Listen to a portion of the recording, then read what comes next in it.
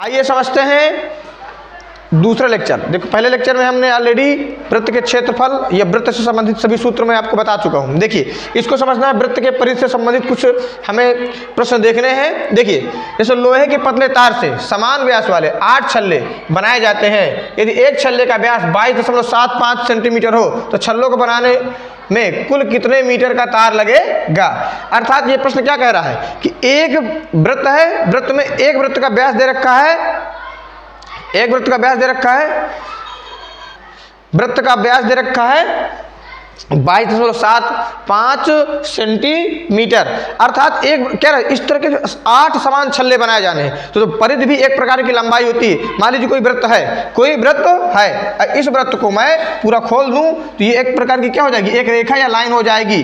अर्थात वो क्या कह रहा है कि कुल कितने मीटर की तार लगेगी। तो मान लीजिए हमारे पास कोई बहुत लंबा एक तार है, उससे हम क्या बहुत लंबा मान लीजिए कोई तार है, इससे मान लीजिए इसको मोड़ दो तो एक वृत्त बन जाएगा, इससे मोड़ दो तो एक वृत्त बन जाएगा, इससे मोड़ दे तो एक वृत्त बन जाएगा, इससे मोड़ दे तो एक वृत्त बन जाएगा।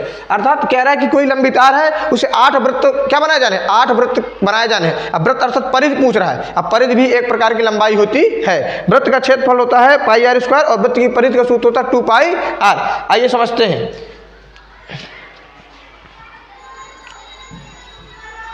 इसमें दे रखा है व्यास दे रखा है, व्यास दे रखा है 22.75 सेंटीमीटर। व्यास दे रखा है 22.75 सेंटीमीटर। देखिए व्यास दे रखा है, व्यास दे रखा है हमको 22.75 सेंटीमीटर। और क्या कह रहा है, देखिए तो इसमें लगा देंगे तार की लंबाई, तार की लंबाई, तार की लंबाई बराबर होता है वृत्त की परिधि, वृत्त की परिधि। अर्थात वो कैसा बनाना चाहता है, गोल। कैसा बनाना चाहता है, गोल। और टोटल कितने छल्ले बनाना चाहता है, 8। कितने बनाना चाहता है, 8। तो 8 अब वृत्त की परिधि का सूत्र होता है 2 पाई आर। ये दे रखा है व्यास, व्यास डी बराबर दे रखा है 22.75। अर्थात समझते हैं, देखिए डी बराबर होता है 2r। डी बराबर कितना होता है, 2r। अर्थात दो त्रिज्या मिलकर एक व्यास का निर्माण कर देते हैं। तो 8 इसमें लिखा है 2r मल्टीप्लाई पाई और 2r की जगह हम लिख देंगे डी का मान दे रखा है 22.75।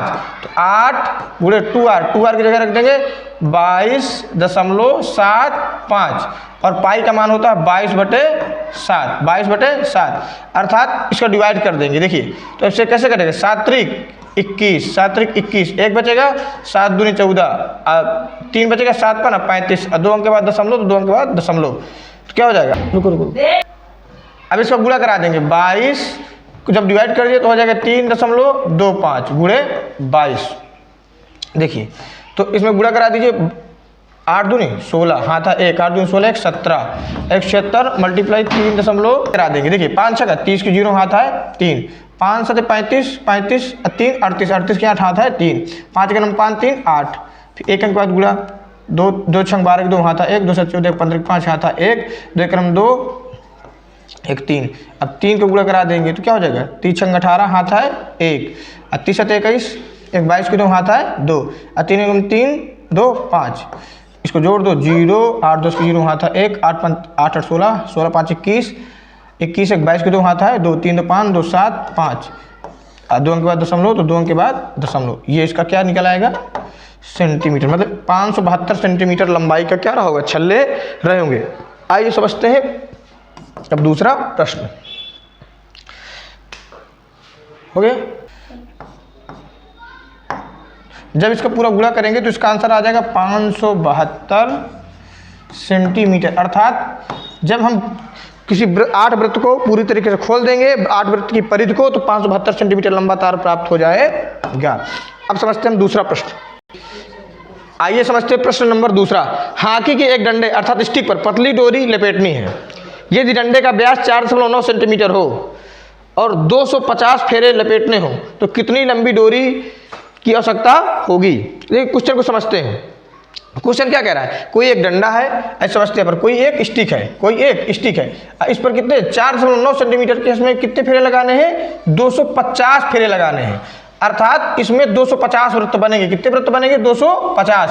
250 वृत्त बनने के लिए ये समझना है कि इसमें एक वृत्त का जो व्यास दे रखा है, व्यास वृत्त से केंद्र से होकर रेखा जाए उसे क्या बोलते हैं? व्यास। अर्थात व्यास दे रखा है 4.9। कितना दे रखा है? 4.9 सेंटीमीटर का व्यास दे रखा है। और कितने फेरे लगा रहे हैं? 250 फेरे। तो अगर डोरी की लंबाई ज्ञात करो। अर्थात हम 250 फेरों को अगर हम खोल दें, 250 फेरों को यदि हम खोल दें तो एक प्रकार की क्या निकल आएगी? एक रस्सी की किसी प्रकार की लंबाई हमें प्राप्त हो जाएगी।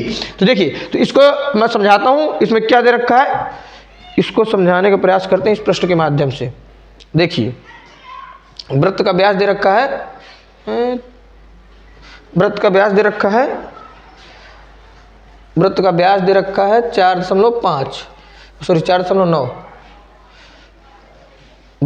दे रखा है 4.9। देखिए, वृत्त का व्यास दे रखा है, वृत्त का व्यास दे रखा है 4.9 सेंटीमीटर और कह रहा है इसमें 250 फेरे लगाने हैं। तो देखिए, वृत्त की परिधि में वृत्त के परिधि का फार्मूला होता है 2πr। इसमें लगाना है 250। कितने लगाना है? 250 फेरे। तो 2 गुणे 22/7। आर का मतलब होता है, देखिए सॉरी 2r है, इस 2r की जगह हम लिख देंगे ये डी का मतलब होता है 2r और 2r का मतलब होता है 4.9। अर्थात दो त्रिज्या मिलकर एक व्यास का निर्माण कर देती हैं। तो अर्थात 2r की जगह हम सीधे से इसको लिख देंगे 4.9 22/7 गुणे 250 2πr। आर की जगह इन दोनों को मिला के हमने इसकी जगह क्या लिख दिया? 4.9। अर्थात दो त्रिज्याएं मिलकर एक व्यास का निर्माण करती हैं। अर्थात 2r का मान है दे रखा है 4.9। अब देखिए 4.9 दशमलव हटेगा तो नीचे आ जाएगा 10, तो 7 7 49, 1 0 से 1 0 कट जाएगा। अर्थात 22 गुणे 7 गुणे 25, तो 25 दूनी 50 के 0 हाथ है 5, अब 25 दूनी 50 5 55, अब 55 गुणे 7 अर्थात 7 0 0 7 35 के 5 हाथ है 3 और 7 35 3 38 300 अर्थात 3850 सेंटीमीटर की क्या होगी टोटल। 250 फेरे लगाने पर 250 फेरे लगाने पर कुल लंबाई प्राप्त होगी 3850 सेंटीमीटर। समझते हैं प्रश्न नंबर तीसरा। तो कह रहा है एक साइकिल के पहिए का व्यास, एक साइकिल के पहिए का व्यास दे रखा है 77 सेंटीमीटर। कितना दे रखा है? 77 सेंटीमीटर। और कह रहा है 2.42 किलोमीटर चलने के लिए पहियों को कितने चक्कर लगाना पड़ेगा। देखिए, जब कभी हमारे पास कुल दूरी दे रखा हो और एक क्या कह रहा है, एक पहिए द्वारा चली गई दूरी, अर्थात सिंपल सी बात है, हम एक एग्जांपल समझते हैं। मान लीजिए हमारे पास है टोटल 20 रुपए और 1 रुपए, एक पेन की कीमत है 2 रुपए, तो हमें टोटल कितने पेन मिलेंगे? अर्थात 20 रुपए टोटल है हमारे पास और एक पेन की कीमत 2 रुपए है, तो हमारे पास लगभग क्या मिल जाएंगे? 10 पेन। अर्थात हमने 20 में किसका डिवाइड कर दिया? 2 का भाग दे दिया, तो हमारे पास आ गए 10। इसी प्रकार ये होता है जब कभी कुल दूरी दे रखी हो, अब कुल दूरी में टोटल हमारे पास कुल दूरी है, मान लीजिए यहाँ से यहाँ तक की टोटल दूरी है, इस पर हम क्या है पहिया घुमा रहे हैं। अगर हम इसमें पहिया घुमाते चले जाएं तो इस क्या होता है कुल दूरी बटे एक पहिया द्वारा चली गई दूरी। अच्छा, पहिया द्वारा चली गई दूरी पहिया अपने व्यास के बराबर ही अर्थात परिधि के बराबर चलेगा। पहिया का जितना व्यास होगा वह अपनी परिधि के बराबर ही चलेगा। पहिया जब अपनी परिधि के बराबर चलेगा तो कुल दूरी बटे एक पहिए द्वारा एक चक्कर चलने में तय की गई दूरी। तो इससे हमें अंदाजा लग जाएगा जैसे हमारे पास कुल दूरी है, एक पहिया द्वारा चली गई दूरी अर्थात टोटल दूरी बटे एक पहिए की परिधि में अगर डिवाइड करा देंगे तो उसमें आ जाएंगे चक्करों की संख्या। तो ये प्रश्न यही कह रहा है कि एक साइकिल के पहिए का व्यास 77 सेंटीमीटर है और 2.42 किलोमीटर चलने में पहिया कितने चक्कर लगाएगा। देखिए, सबसे पहले इसमें क्या रहता है, जो हमें पढ़ना पड़ता है पैमाना। पैमाने में हमको क्या करना पड़ता है? पैमाने में हमें इसका मात्रक अर्थात जो मात्रक रहता है उसको बराबर करना पड़ता है। जैसे मात्रक क्या होते हैं? जैसे मिली, सेंटी, डेसी, ग्राम, डेका, हेक्टो, किलोग्राम। सबसे पहले हमें इसको समझना चाहिए। अर्थात हमें पैमाने मेजरमेंट अर्थात पैमाने की पहचान होनी चाहिए। जैसे ये दे रखा है किलोमीटर में, ये दे रखा है सेंटीमीटर में, तो ऐसा हम कुछ कर ले कि इसको ही कहें बना ले किलोमीटर को कहें बदल ले सेंटीमीटर में बदल ले। तो देखिए क्या होता है मिली सेंटी डेसी ग्राम, डेका हेक्टो किलोग्राम। अर्थात ये दे रखा है किलोमीटर में, किलोग्राम या इसे बोलते हैं किलोमीटर, ग्राम को कहाँ बदलना है, सेंटीमीटर में, हमें आना है सेंटीमीटर में। तो देखिए 1 2 3 4 5, अर्थात जब कभी भी 1 किलोमीटर को सेंटीमीटर में बदलेंगे तो इसमें लगभग हमें 1 बना के 5 जीरो लगाना पड़ेगा।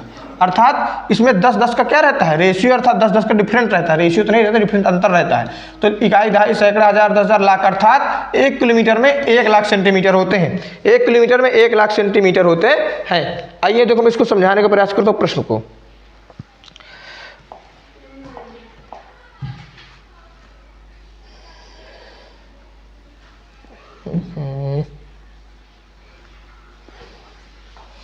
या इसको हम फार्मूले के माध्यम से पढ़ सकते हैं। फार्मूला ये कहता है, हमें इसका एक आइडिया हो गया कि एक किलोमीटर में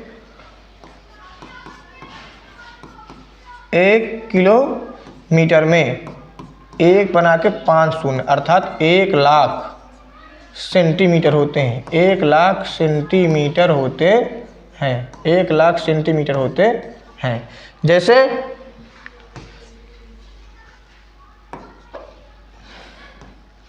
1 लाख सेंटीमीटर होते हैं, 1 लाख सेंटीमीटर होते हैं।